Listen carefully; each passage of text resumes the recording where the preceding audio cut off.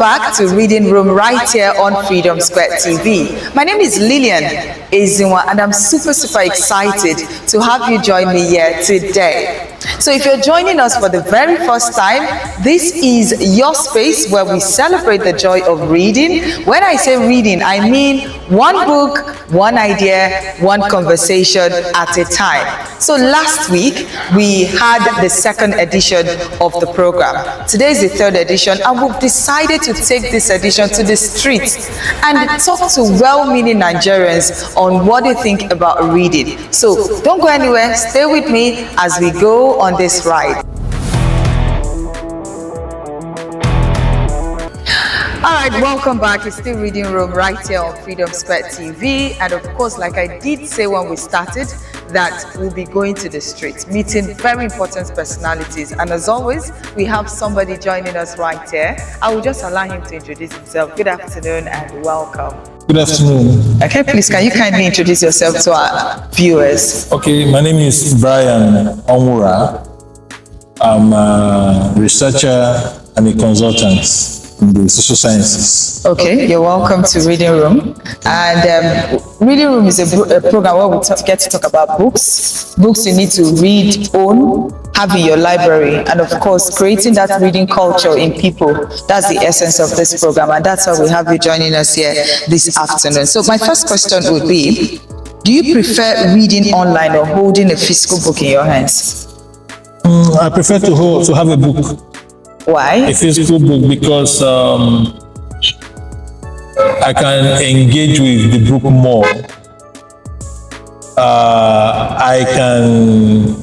That's what I've been used to. Maybe it's an old school thing, but that's what I've been used to before the online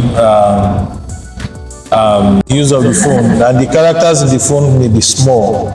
Okay. You understand that it will require me to strain my eyes. So reading with the phone makes me a screen slave, kind of. So I prefer a book, a physical book. I can relax my posture and read it and keep it. Okay, with the advent of course, social media and the use of the phone, do you think young people still read? I'm not sure young people read books, but they read on the social media. But I'm not sure. Do they read on social media or they watch things on social media? Okay, I have a 16-year-old son. Okay. And he reads, but he barely picks the books to read from the shelf. But more than likely, he'll prefer to read content from the social media. Okay. You know, it's more maybe it's a generational thing. Sure. So, what kind of books or stories interest you the most? Yeah, human. How do you call it? Human needs stories, economic stories that concern wealth, and then mindset change. Something that empowers, that changes your mindset, because our mindset is the biggest asset we have. So let me not say motivational books essentially, but something that changes the character of a person. You know, especially if it is documented by somebody who has undergone the process. Not motivational speaking, because anybody can be a motivational speaker. But if a book is written by somebody who has undergone the process, such that you can connect to the person's experience, those kind of books. Okay, let me ask you this tricky question. When was the last time you finished a book, and what was that book about?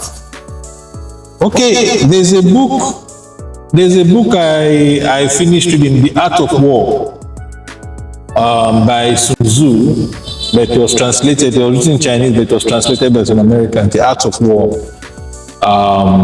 It's all about understanding. It's the Chinese philosophy on war. That ultimately all war, the best wars are the wars that don't shoot a bullet. So then the extent you deviate from that, you know, how you now manage conflicts, how you shape an environment so that people need to do what you have to do. So it's a book that shows influence rather than control. So it's a book that helps you to understand how you can shape resources to alter the behavior of an enemy without needing to go violent, that kind of stuff. Okay. So, why do you think reading is important in today's world? Yeah, like I said, it's whatever your wealth, the biggest asset anybody has or wealth is the mind. You know, like the Bible will say, as he thinketh in his heart, so he is. So if you can read a book and you begin to understand yourself from reading that book, you are more than likely to enjoy your life. You understand life. If you understand that, just like the Bible, I always go back to the Bible, a man's life does not consist in the abundance of the things he has. You will see that when you read a book and they say knowledge is power, you have knowledge to be able to mobilize the resources you need to solve your problem, not necessarily amassing wealth. So reading a book helps to strengthen and validate your identity. So if you read books that strengthen your mindset, that makes you understand your situation and position in every sense, you know, let me put it this way, that helps you understand your position in every situation, then more than likely you will engage better. You will live more at peace, because the whole thing we are talking about is peace. So if you can live at peace, you can live at calm, even in chaos. It requires a lot of information and education, and you can only get them through books, because reading is what makes you connect to people of like mind that may not be in your immediate space. You might come from a family that their thinking is different, they have everything, but if you are connected, if you share the kindred spirit with somebody who lives in another continent, and you engage by that reading. So he's telling you, we may not give a feedback, but he's telling you, if you read a Gandhi book, then you share kindred spirit with a Gandhi. If you read a Stephen Covey book, you share similar spirits. If you read an Obama book, you see that you've gone beyond those in your immediate space, and then the information and education you get from reading those books gives you your identity. And then if any challenge you face based on the information you can think differently from what the people around you know is doing. So it strengthens your mindset, which is the true world. Okay, so what will be your message to our viewers, most importantly those who say reading is boring? Because anybody who says reading is boring hasn't found the content that interests the person. Maybe that person doesn't even have an identity. Reading cannot be boring to anybody who is. There's no successful made man. You go and check all the made men in life, whether in the business or in the politics, that don't have shelves, that don't have libraries. At least me, I don't have a library, I have a shelf. They were talking about people that have libraries. Readers are leaders. So anybody who says reading is boring is not in the leadership space. So that person is a second-class citizen, if you like, because that person cannot access the knowledge and information that he needs to. And then even if you believe in watching, maybe you are somebody who grows up to watch movies, even in those, if you listen to those role models, they still revert you to reading. They refer you to going back to read. Pick this book and read for more information. Because what is the books that give you the details.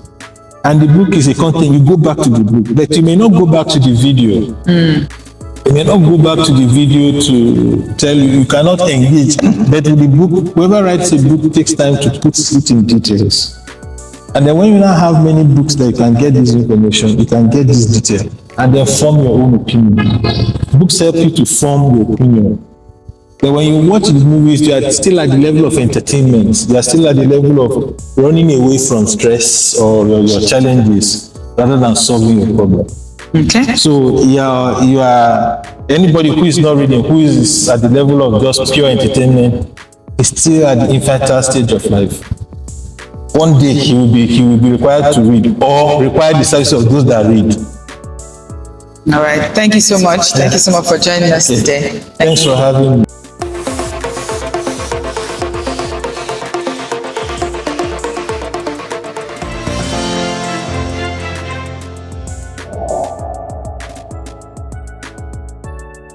So that's all we have for you today on Reading Room right here on Freedom Square TV. My name is Lilian, and remember that reading empowers you, enlightens you, and equips you to express yourself with clarity and confidence. To get your copies of today's featured books, you can contact Arsenal Publishers Nigeria Limited on 0803-714-5231, 0803-714-5231. And don't forget, you can follow us on all our social media platforms.